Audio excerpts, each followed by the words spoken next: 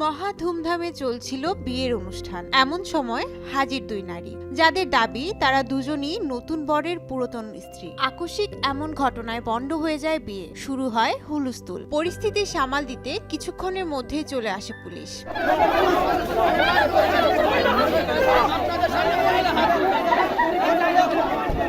এমনই এক ঘটনা ঘটেছে নেত্রকোনা শহরের কুরপার বিয়েবাড়ি কমিউনিটি সেন্টারে। সেখানে বিয়ের অনুষ্ঠান হচ্ছিল পাশের জেলা সুনামগঞ্জের ধর্মপাশা উপজেলার সহকারী প্রাথমিক শিক্ষা কর্মকর্তা সাজ্জাদ হোসেনের।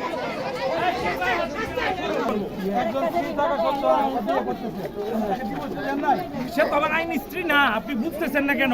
বারবার বলতেছেন যে ডকুমেন্ট সেটা আমি আইনি ডিফেন্ড করব। সে যখন আমার বিরুদ্ধে মামলা করবে সেটাকে আমি ডিফেন্ড করব।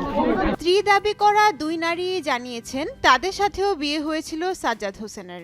ওনার সাথে আমার বিয়ে হয় 2020 সালে। তখন আমার সাথে বিয়ে হওয়ার পরে আমাদের ভালোই চলতেছিল। পরে কিছুদিন পরে সে আমাকে রেখে চলে এসেছিল। আমরা ছিলাম ময়মনসিংহ থাকতাম। পরবর্তীতে আমি এসে শুনি যে সে আরেকটা বিয়ে করতে যাচ্ছে। অলরেডি আংটি পরায় ফেলছিল। নেত্রকোনা এসে নেত্রকোনা পুলিশের সহায়তায় পরে মেয়ের ফ্যামিলির সাহায্যে জেনে আমি ওই বিয়ে যা ভাঙি। এটা হচ্ছে গত বছর জুলাই মাসের 1 তারিখে বিয়ে হয়েছে। আর সে আগের বিয়ের কথা বলে নাই।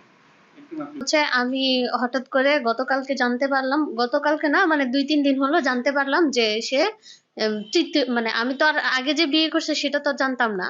এখন হচ্ছে আবার নতুন করে বিয়ে করতেছে সে। তো আমি তো বর্তমান স্ত্রী, আমার সাথে তার তালাক হয় নাই। তার সাথে আমার যোগাযোগ চলতেছে। তার বিয়ে বাড়ির অনুষ্ঠানে গেলাম, যাওয়ার পর শুনি সে আরেক কাবিন দেখাচ্ছে, তার বিয়ে নাকি 6 মাস আগে হয়ে গেছে। আমি তো শুনে অবাক। সাজ্জাদ হোসেন একজনের সাথে বিয়ের কথা স্বীকার করলেও অপরজনকে আত্মীয় দাবি করে বিয়ের কথা অস্বীকার করেন। দুইটা মেয়ে আসছে। প্রথম মেয়েটার নাম হচ্ছে পিয়ার জাহান। তো তার সঙ্গে হচ্ছে মানে আমার যে কোনোভাবেই হোক বিয়ে হওয়ার পরে তার সঙ্গে আবার আমার ডিভোর্সও হয়ে যায়। হ্যাঁ, হওয়ার পরে পিয়ার জাহানকে সে আমার নামে নারী নির্যাতন মামলা করার পরে সেটাকে কোর্ট থেকে খারিজ করে দেয় এবং সেই কোর্টটার এই আদেশের বিরুদ্ধে সে হাইকোর্টে রিভিউ পিটিশন দাখিল করে, যেটা এখন হাইকোর্টে পড়ে আছে।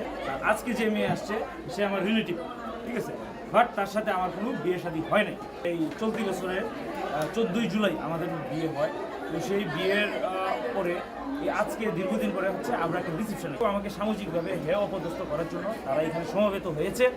একই সাথে দুই নারী স্বামী দাবি করায় তাৎক্ষণিকভাবে বিয়ের অনুষ্ঠান পণ্ড হয়ে গেলেও এ দফায় বিয়ের কাজ আগেই সেরে ফেলেছিলেন সাজ্জাদ হোসেন। নুসরাত তানি, যমুনা টেলিভিশন।